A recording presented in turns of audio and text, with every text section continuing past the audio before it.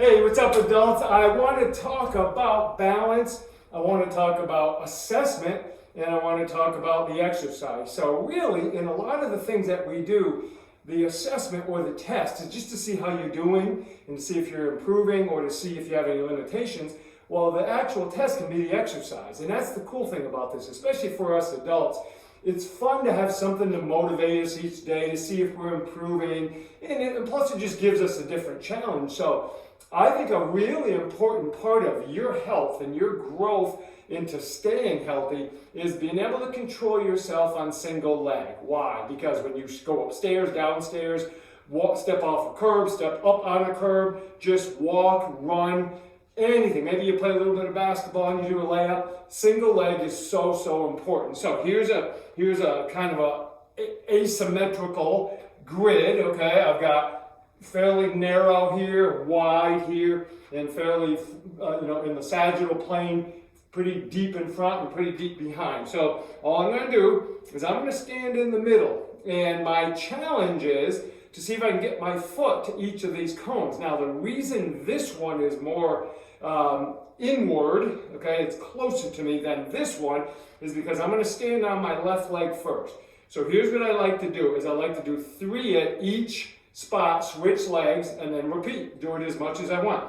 The goal is to stay flat on my foot, not go to my toe or not go to my heel. I want to use my joints as an accordion, so I want them all to bend together, okay? I don't want to just hinge, and I don't want to just bend at the knee. I want them all to go together. I want to use my hip, so I can use glutes and hamstrings, but I want to use my quads to decelerate me from the ground. I want to have good ankle range of motion, and I want to have great knee stability. So it's going to look like this. I'm going to start here. I'm going to squat and get to that cone. 1, 2, 3. Now I'll just go to the side. 1, 2, 3. Now I'm going to go backwards. You can't really see the cone, but it's behind me. So 1, 2. Now I can counterbalance with my hands if I want. I can do the whole, if you want to make it harder, do the whole thing with your hands on your hips. Now this one I'm going to do 2 different things. The first one, I'm going to go in front with rotation. So there's 1,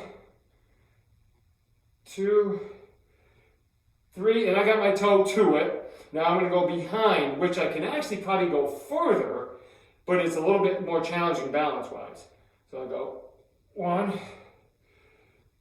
2, and 3. Good. Now I would switch and I would do the same thing on this leg. And then every time I do it, I challenge myself, see if I can get a little better. Now, like I said, every time I use my arms somehow, that counterbalances